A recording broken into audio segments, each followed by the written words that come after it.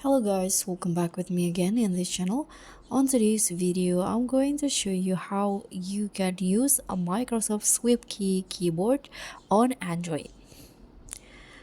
So if you want a faster, smarter, and more personalized typing experience on your Android phone, in this tutorial, I'll show you exactly how you can use and customize Swiftkey keyboard, even fix issues if it's not working right.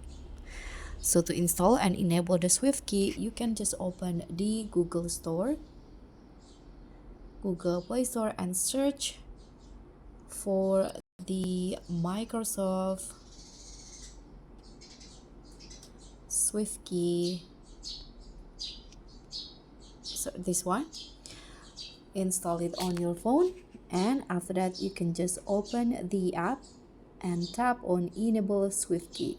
So I've already downloaded and already enabled it on my phone. So you can just follow the prompt to set it as your default keyboard.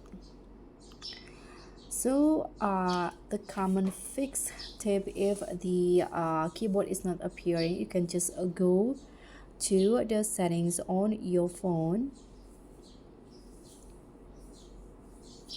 find system, this one, and then languages and input, and in here on the on-screen keyboard, choose the Microsoft Swiftkey, this one. And now let's export the basics Swiftkey keyboard, the basic typing and swipe to type. So you can just tap to type or swipe between letters. Let's just I'm going to show you how you can type.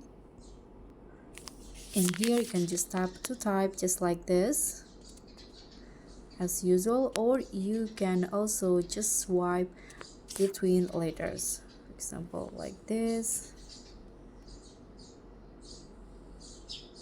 Okay, it will show you the letters that you swipe, and you can also type in multiple languages without switching keyboards. You can try swiping for faster one-hand typing. And if you want to customize themes and layout, you can just open the Swiftkey app in here and tap on themes, and in here you can choose free or premium styles. As you guys can see, there are lots of styles that you can use. You can just download it first if you want to use it, as you guys can see here, but you need to continue with your Microsoft or Google account. And you can also customize keyboard size, a number row or key borders under layout and keys.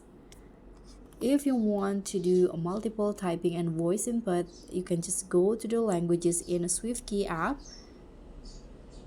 this one at the top, and you can add multiple languages such as English. Here you guys can see I've already added English.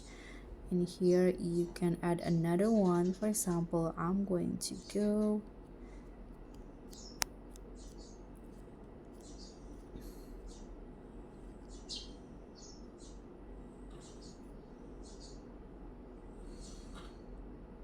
add Indonesian or Bahasa Indonesia. Tap on download first, and after that you can add it as your preferred language here.